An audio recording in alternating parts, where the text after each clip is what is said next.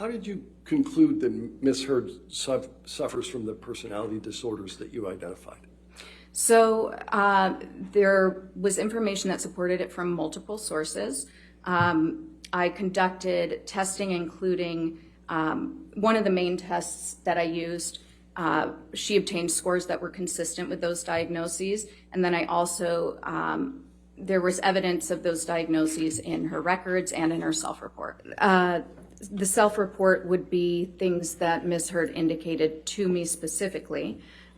So there were a couple of characteristics that she noted in her self-report that were consistent with these personality disorders.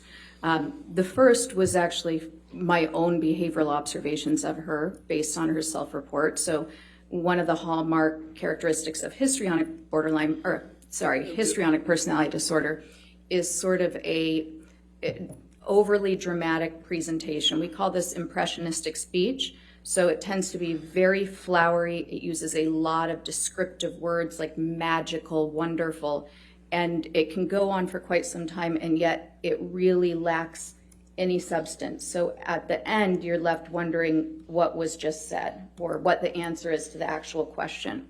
So that occurred a number of times, and it also represented the quick shifts you'll see between emotions. So she would suddenly be one way, and then she would become very animated or very sad.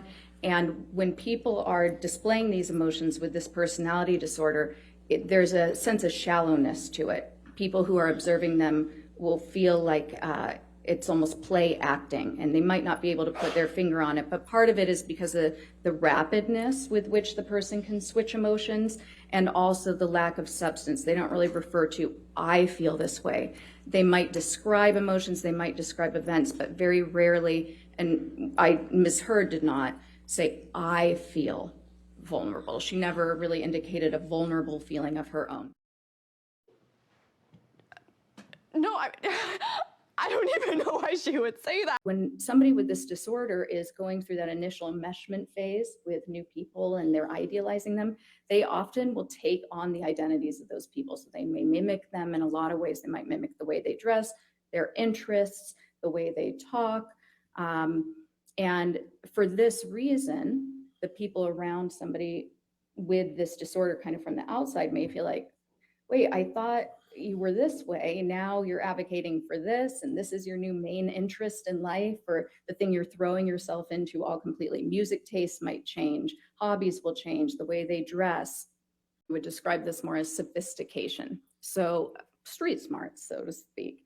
The way, for instance, I've had many clients who have borderline personality disorder who are messy and really clearly suffering, and they might be difficult and all over the place and yell at you in the middle of a session, but it's so it's not tailored. It's so much easier to work with because of that just openness and rawness of it, genuineness.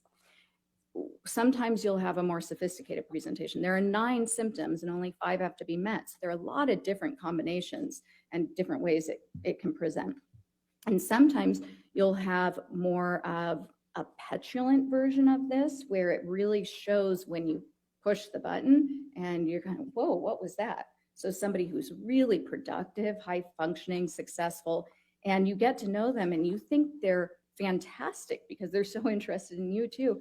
And you might not realize it, but they're mimicking you perfectly. So you're really just kind of falling in love with this new friend who is being you. But then all of a sudden, you say something that they think is offensive, and you can't, even in your wildest thoughts, understand how that could have offended somebody, but their reaction is so strong. No, I don't even know why she would say that. Why did your husband get the muffins for Amber Heard? He did not get the muffins for Amber Heard.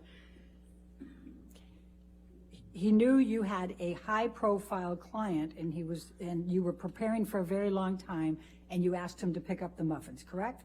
I asked him to pick up the muffins for me, yes. Okay. So the question that was asked was because you brought muffins, you said, from your husband, right? And you gave those to Miss Heard, correct? May I clarify what occurred so that we can stop talking about the muffins? I'll tell you. Do you know the Muffin Man? The Muffin Man? The Muffin Man. Yes, I know the Muffin Man. We can thank my husband. My husband got these for us today, meaning he purchased the muffins. We are now enjoying them because of him. Did you say? The Muffin Man!